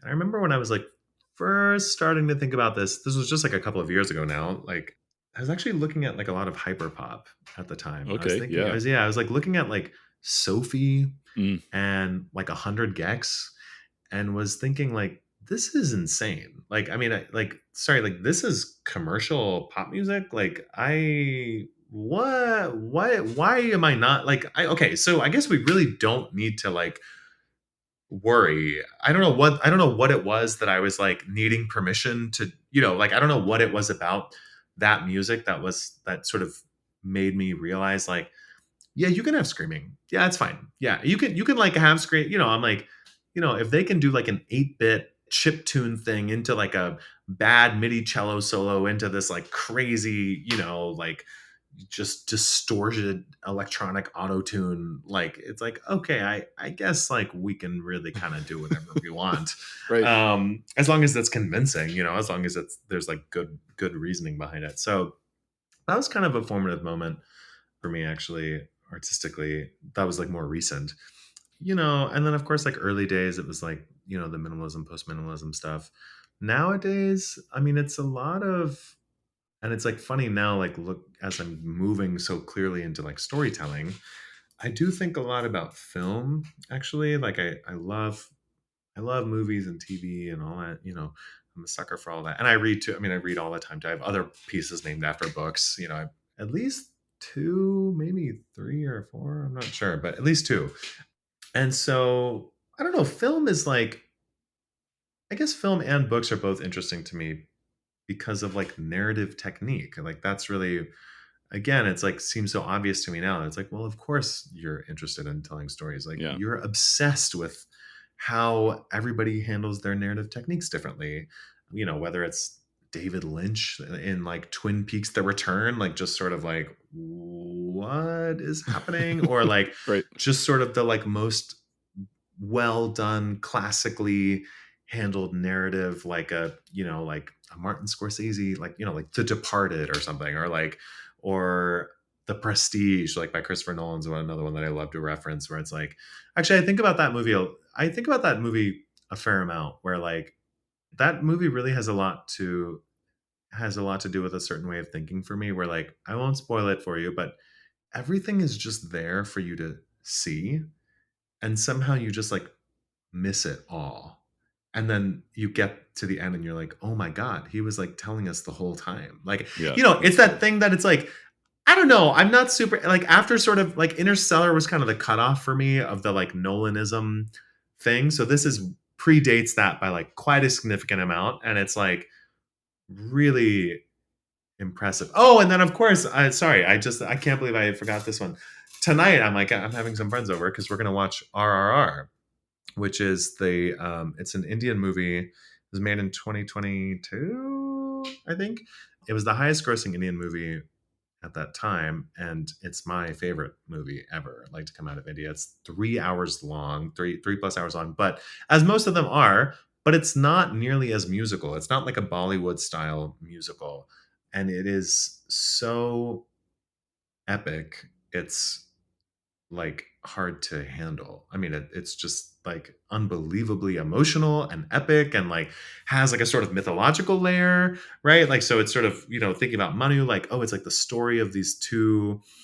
It's like an Indian soldier in the British Raj, like, but he's, and then this other guy who's trying to rescue this girl that's been kidnapped from a village by the British Raj, and they're sort of like going against each other. And then again, I won't spoil it, but essentially it turns into like a very emotional and super epic, like mythologically proportioned story that's like also turns out to be anti-colonialist, obviously, because they're like fighting against the Raj. And like that movie has actually had a big impact on me recently, and sort of thinking about the scope of like what I want my work to feel like. Yeah, I for realize now sure. it's like, oh, I do want my work to feel that just like committed to Yeah, itself, that it's like so unapologetically itself.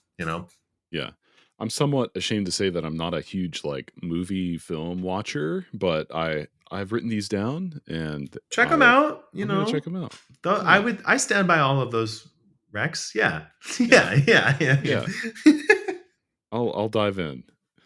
So I was reading your bio, of course, getting ready for this, and you talked about like how your music focuses on liminal space, and this just jumped out to me because I love a good like liminal space, and I've been dabbling in photography, and my wife Susanna like will be out wherever and she's like, check out this liminal space, and I'll like whip my camera around. And anyway, so I'm curious about like how one might apply this to music. I have some ideas, but I mean, what does liminality, I guess, mean to you right now? Whether that's personally or artistically or musically or just narratively, what have you.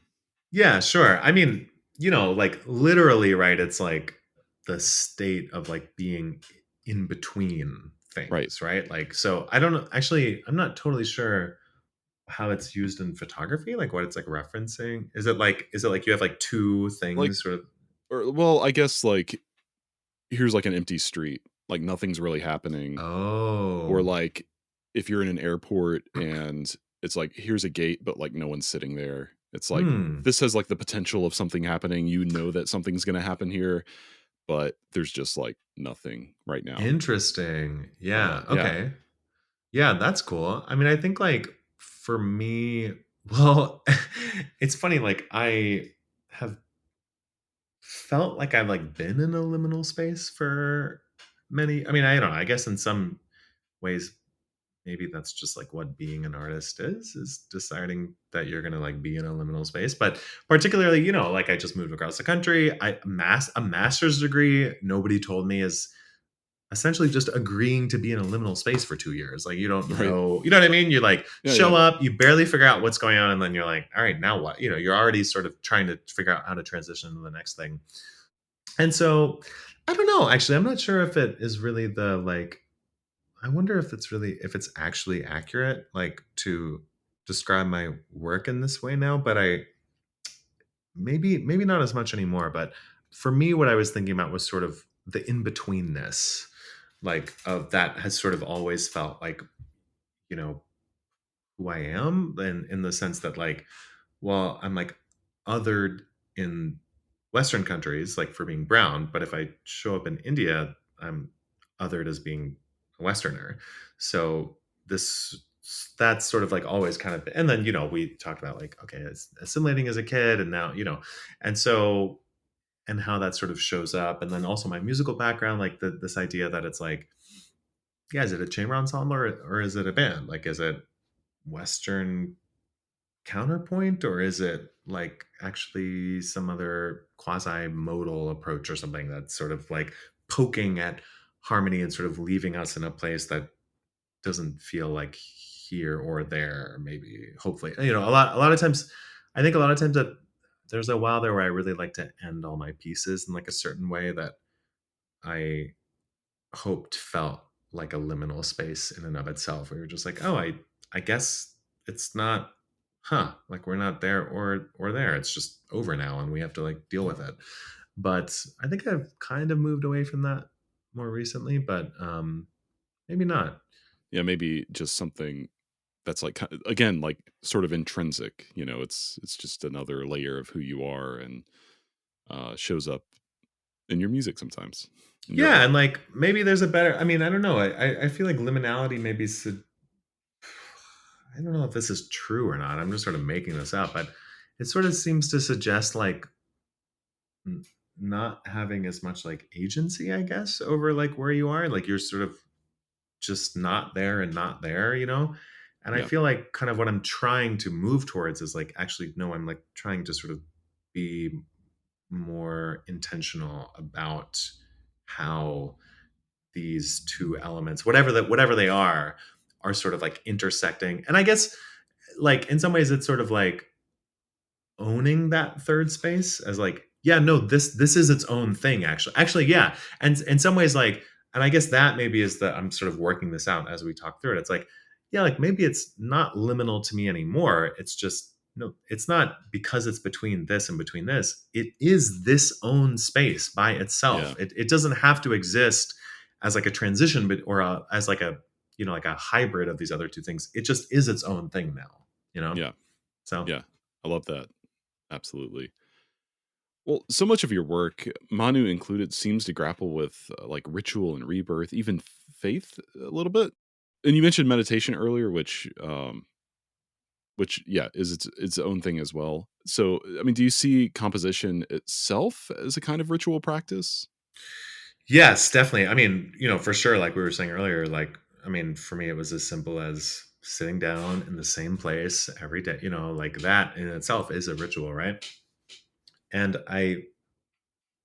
from like a purely sort of like from the perspective of like, even just like productivity or something, like, Yeah, choosing to be a freelancer of any kind, it's like, I think that's really important to understand that it's like, this is a practice. And so the ritualization of it just honestly helps to be like, okay, great. I don't have to think about this. It's that time. Like it is time to compose. That's what we do now. And then, I mean, there is faith also. I think always, I mean, so many times you're like, I mean, how many pieces, maybe every piece, I'm not sure, but probably most of them, you like, I mean, I don't know about you, but very often I get to a point where I'm just like, I don't know, like, is this ever gonna, yes, I don't know, like maybe yep, it's not, and through repeated experience, I'm like, oh yeah, look how, remember when it happened on this piece? Remember how mm, many times you've gotten to this point where you're just like disillusioned and unsure and like not sure if anything's going to come out of it. And, what's the point? And you can just like go down the spiral, like, mm, infinitely. And then I think in those moments, like that's when it really comes out to be like an act of faith, right? Where you're like, okay, I'm just going to keep going. Like I can't see the end. I don't see how this is going to go, but I will sit here, I'll do my ritual and somehow we'll get there, right? yeah, absolutely. I think for all of us, there's like this underlying concern, like I'm not going to be able to do it again. I'm not going to be able to pull it off again, right? And so, Yeah. yeah, I think like even if, I mean, that's why ritual, I think I love this idea of ritual as a creative practice, or a creative practice as ritual. I actually Hmm. don't know which way to kind of Oh, orient that's that, but interesting. at any rate, it's like that's what helps you cross the finish line and know that like, okay, this is going to be okay. I've done it before, and if I just sit down and have faith in my abilities and the music that I'm putting on the page, like can keep moving forward.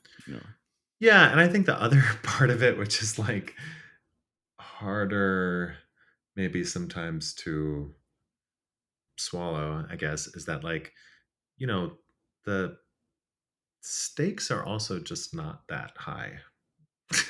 Like I mean, I don't know. It seems like most of 90+% of the time, it's like, I don't know, there's like all this pressure. Like, I don't know what we think is going to happen if, and it's like, it just ultimately, like in the sort of grand scheme of, life and like the universe and, and I don't know, I don't say this to like providing the excuse to just like become apathetic, but like, Yeah. when there's like this sort of like debilitating pressure or like anxiety like attached to these things, like, I mean, it always really helps. I mean, it's literally just helps to just get some perspective, and like zoom out a little bit and like, okay, right. And also, like, yes, you are consumed in this thing and you really care about it and it's like so important to you. And like, yes, we should make it the best we possibly can, even if you don't feel great about it. And also, like, it's okay, So I think balancing those two, it's some mixture of those two things, And right? it's Like, super hard. It's super super difficult. hard, I mean, we're super talking hard. about it like, it's just a thing, you do it. But yeah, it takes so much work. And I feel like that's, for me personally, that's part of the pursuit of it all. Like, Well, just and like, like, there's yeah, no perfect piece, right? Like, that's not right. possible. Like, I mean, so I feel like that's a big part of it too, is like, as somebody who is a perfectionist, like, having to continually remind myself to let go of the idea of perfection and remember that, like, that's again, I think where it becomes more important to me to think about it as a practice, because that's not a like product oriented mindset, right? Like, if it's like product oriented, it's like, well, it has to be perfect.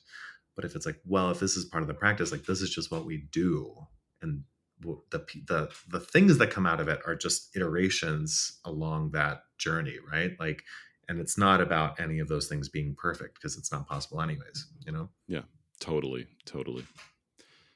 So, getting into my final set of questions, these are questions that I ask everybody, and it's always fun to see how people actually, like, a lot of times answer the same, but also, of course, differently. And so, Okay. I'll kick things off. What do you think you'd be doing artistically or otherwise if it weren't composing? And because we did talk earlier about your psychology degree, I'll say not that either. Mm. Yeah. I don't think I would be doing, I don't know. I mean, if I was doing something artistically, it's interesting now coming into storytelling, realizing this like love of storytelling. I mean, I have always kind of had it in the back of my head that like, maybe I'd like to direct a movie or something at some time. So, that feels like I'm not really sure what the path to doing that is. Like, talk about an expensive Right. project, right? To like produce a film is, oh my god. But it's not on my mind, especially now. I'm like, okay, well, we'll see where this goes. We'll see where this journey down narrative storytelling goes. But if I wasn't doing anything artistic at all, poof, that is a really hard question. I mean, I would want to figure out like what I could do to help people for sure. Like I was saying earlier, it's like once because I like feel clear about like, oh, I like want to be in community and I feel like service oriented work just like feels good to me. And that's what I think art is. But if it wasn't art, like some other service oriented like maybe maybe it would be, I don't know, like mental health or like oriented or healthcare of some other sort or humanitarian work, maybe, of some kind. Like I'm not sure actually. Yeah. Well, it's a tough question. I mean, and I get the sense, and I feel the same way about myself. I get the sense that, well, you had a deliberate choice that you made Yeah. to do this, and maybe you haven't even thought about it since. So, I've um, thought about it for sure. I mean, I have, like we said, during COVID, I had to like really examine like why, because, I'm like, I feel reasonably good about my capabilities to like, like do a master's in psych and like become a therapist, you know what I mean? Like it's like, yeah, I'm sure I could do that and like it would be meaningful and I'd feel good about it and like, I think I'd be good at it, but I'm not doing that. Like I'm doing this, and like, okay, great. That it's not like that will never not be an option, but I'm but I'm doing this. yeah, So then we should really do it because we're clear on why we're doing it, right? yeah, totally. What are you trying to get better at in your creative practice right now? Whew. Well, I'm trying to get better at learning how to like incorporate a real narrative with music, like in mono, and sort of, I mean, it's a totally new experience where I'm essentially writing dialogue sometimes that I'm like, I've never done this before. I don't know what the methodology for this is. And then, also like I'm kind of like teaching myself a little bit of, I'm like adding guitar and like these kinds of things. And like we'll have a band, we'll have instruments and stuff, but I mean, we'll have live instrumentalists who are going to play some of these things. But there might be some things that I need to play live that I don't currently know how to do. That like Yeah. maybe I'm gonna like Yeah. make up and like learn as we go. So that feels kind of fun. Like it feels fun as like a sort of, for so many reasons related to what we've talked about, to be like, oh cool, I'm really gonna sort of figure out how many different ways I can sort of, incorporate myself as a performer essentially, like into this work anyways. Yeah. I gotta say, this just came to mind, and I'm nowhere near as brave as you in putting myself out there in those ways. I mean, Okay. to hear you talk about like, you're participating, you're going after participating in your own performance of your work, and not Mhm. only that, but you're imagining these things where it's like, oh, I'm gonna have to learn learn how to do. That's Yeah. like that's cool, man. That's Like, I'll have to learn that. I mean, I'm like, whoever the director is, I'm like, you're gonna have to, like, I don't know. I mean, I might just be like acting, I guess, for some of it, like, which I've never really yeah, done. So I don't know. But that's the only way to learn, right? Is you gotta try, and totally. yeah, it's vulnerable and scary, and hopefully that will be beneficial for someone. Is there a tool in your creative practice that you think everyone should know about and that everyone could benefit from? And this could be a actual object, it could be a software, a process that you do. It could be a tool for non-creative people even. Hmm. Probably the most universal probably the most universal thing I would say is walks, actually. Like, I think like once every, I mean, it varies, but like probably every 1 to 2 hours I like get up and go for a walk, Yeah, for like when I'm like working, when I'm composing, like, and short, like, 10 minutes, 10 15 minutes, so it might include making a cup of coffee or whatever, but like that 10 to 15-minute walk, like those intervals are, it's like so huge. I mean, I think a lot of this really came from when I was like meditating. I mean, meditating too, I guess I would say, really is like a huge one that I would encourage people to at least try. But the idea with walking being like, having sort of sustained focus and attention for these periods, and then just like totally releasing for 10 minutes and just, or 15 minutes, and just letting your unconscious kind of like sift and do all of its stuff, and then like redirecting your attention, has been huge for me, and feels like it could probably translate to any, and it's like not an original thought. I'm sure I read that in a book or like learned it in the meditation app or something, but if you're not trying it, maybe give it a shot and see what yeah, it does for you. totally. We do our I think, again, I think a lot of people do this. We do our like post dinner walks in the neighborhood, and Love it. like every other day that we walk, I have the thought like I should be doing this throughout the day, and I never do. I'm trying to move my life more in a direction that I am able to do that, but yeah, I love the idea of that. A lot of stuff gets sorted out for me on walks and Yeah. in the shower. Hot shower, Oh like, yeah. I just like, I love me a hot shower, because it's like in both cases, right? It's like you're just like not forcing anything, Mm, and your unconscious is just sifting through all yeah. this stimuli you've like fed it. And Totally. so I don't know, there's like half the time I go on a walk, I'm like, oh wait, I gotta like write this on my notes app, because I just like solved this thing I was trying to figure Yeah. out 30 minutes ago. You know what I mean? Yeah. So Totally. So my final question, and you have shared so much, and there might not be an answer to this, um, but well, I'll ask you anyway. sure. Um, what is something that you've never had the chance to say about your work, but you've always wanted to share with people? Oh my God. This is also like the hardest question I find that people seem to have. Well, Yeah. I mean, the reason it's like hard is because I have I feel like I've been really blessed lately to like get so many chances to speak about my work that Yeah. like at least right now I sort of feel like I'm in a position where I, you know, feel relatively clear actually on what it is I want to say. And there's a lot to say. I mean, there's so much to say about it.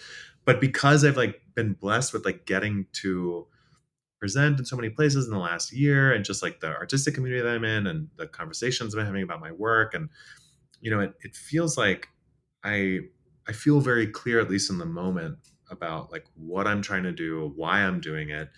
And so it doesn't feel like there's much to say that I've never gotten to say. I mean, I don't know. Like 2 years ago, I probably would have had a different answer, and maybe in a year, I'll have a totally different answer. I'll be like, oh, actually, Yeah. I just like realized this thing that I've never gotten to say this because I've like progressed, and I'm like, it's a little foreign actually for me to be in this moment of like, oh, I guess I do seem to like maybe have an understanding of like what it is I'm doing right now. Um, Even though it never actually feels it still never feels that way when you're in it. Yeah. Like talking to you, I'm like, yeah, sure, I know what I'm doing. And then I'll like open my Ableton session and be like, what? Like, I don't now what? You know what I mean? So even though it always feels like that, at least conceptually and artistically, it feels like there's a moment of sort of coherence right now. That means I usually get to say what I want. Yeah. Awesome. Well, I'm glad I So caught you when I did then. yeah, this was you must have yeah, you timed it perfectly. Exactly. Yeah. Yeah. Well, Anuj, this has been a blast. Just thank you so much for sharing everything that you did, and I can't wait to see where Manu goes. I mean, I'm excited to see it. So, and everything else. So, thank you so much for your time today. It's been great. Yeah, man. Thanks for having me. It's been a blast. It's good to see you again. It's been too long, and hopefully we make it happen again sooner than 2 years, and For in real sure. life. And we'll do it in real life, hopefully. Totally. For sure. Thanks so much. All right, man.